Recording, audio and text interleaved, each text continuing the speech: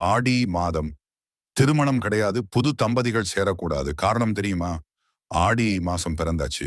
புதுமண தம்பதிகளை தலையாடி பண்டிகைக்கு வரவழைத்து வகை வகையான விருந்துகள் செய்து போட்டு புது துணிகள் எடுத்து கொடுத்து பலகார சீர் கொடுத்து அனுப்புவார்கள். ஆடி மாதத்தில் திருமணம் நடத்த மாட்டார்கள். புதுமண தம்பதிகள் சேரக்கூடாது என்றும் பிரித்து வைப்பர். ஆடி மாதத்தில் தம்பதியர் இணைந்தால் கரு உருவாகும். ஆடியில் கருத்தரித்தால் சித்திரையில் பிள்ளை பிறக்கும் என்பது தெரிந்தது. சித்திரை மாதம் கத்திரி வெயிலின் தாக்கம் அதிகமாகவே இருக்கும். அதனால பிறக்கும் பிள்ளைக்கும் பிரசவிக்கும் தாய்க்கும் உடல் நலம் கெடும். கத்தரி மாதமான சித்திரை வெயிலில் தலைச்சான் குழந்தை பிறந்தால் சீரழியும் என்றும் அதோடு தகப்பனுக்கு ஆகாது என்றும் மூட நம்பிக்கையை பரப்பி விடுகின்றனர். இதற்காக தான் தம்பதிகளை பிரிக்கின்றனர் என்றும் கூறப்படுகின்றது. இது உண்மையா என்று கேட்டால் இல்லை என்றுதான் கூற வேண்டும். சித்திரை மாதம் குழந்தை பிறக்கக்கூடாது என்பதற்காகவே ஆடியில் கருத்தரிக்க கூடாது என்று தள்ளி போடுகின்றன.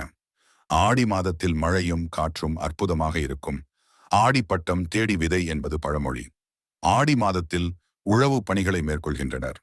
விவசாயத்திற்காக அதிக பணம் செலவாகிவிடும். எனவேதான் திருமணத்திற்கு பணம் செலவு செய்வது சிரமமாக இருக்கும் என்பதற்காக ஆடியில் திருமணங்களை நடத்துவது இல்லை. ஆடியில் செய்தியை மட்டும் சொல்லிவிட்டு அடுத்த மாதம் ஆவணையில் பரிசம் போட்டு திருமணம் நடத்துகின்றனர்.